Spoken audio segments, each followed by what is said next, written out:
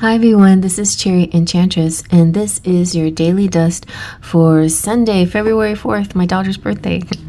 But it can also be for whenever you stumble upon it. It's also a timeless reading, and I am working towards Valentine's Day, so I'm using romantic decks. This one's a little borderline more on the sexy side and has some nudity, so I'm going to try to avoid that or work around that, but there's a lot of good romantic cards in here too.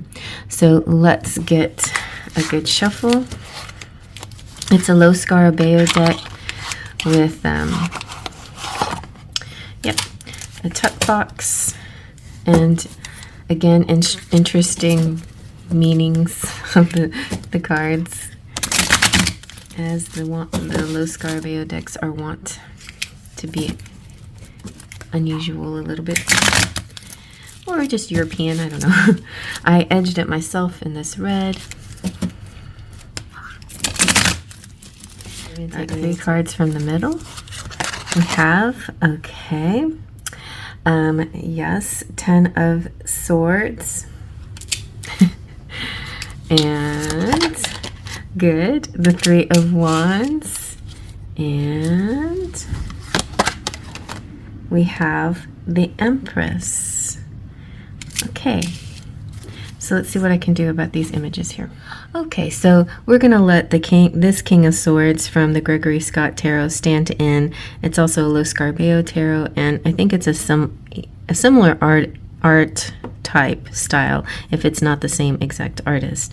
Anyway, the King of Swords just represents the suit of swords, the air energy, Gemini, Libra, Aquarius. So it could be a person, you or somebody that you're connecting to that has this energy. It doesn't have to be of the sign, but it could be of this intellectual, mental energy. This is an avid book reader or somebody who has a lot of knowledge.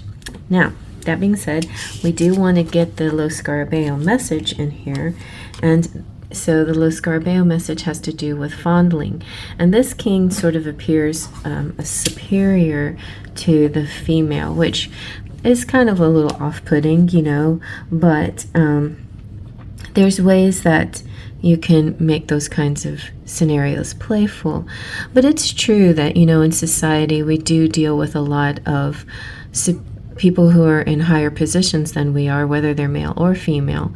And so you might have to deal with that a little bit. You might have to acquiesce to somebody who's has more authority and has a little more power in order to, you know, to let things run smoothly. And that might not sit so well, right? So if that doesn't, then there's lots of ways to work around it. There's the law, there's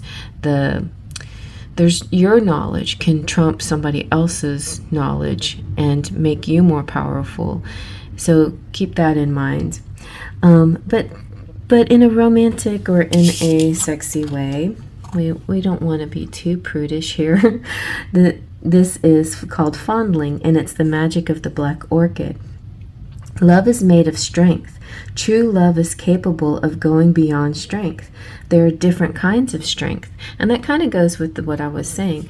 Like, your strength is not just in your power over people. Your strength is in your intellect too. And your strength could be in your resolve. Your strength could be in being, if you're a female or a mother, your strength could be in that ability to be a great mother.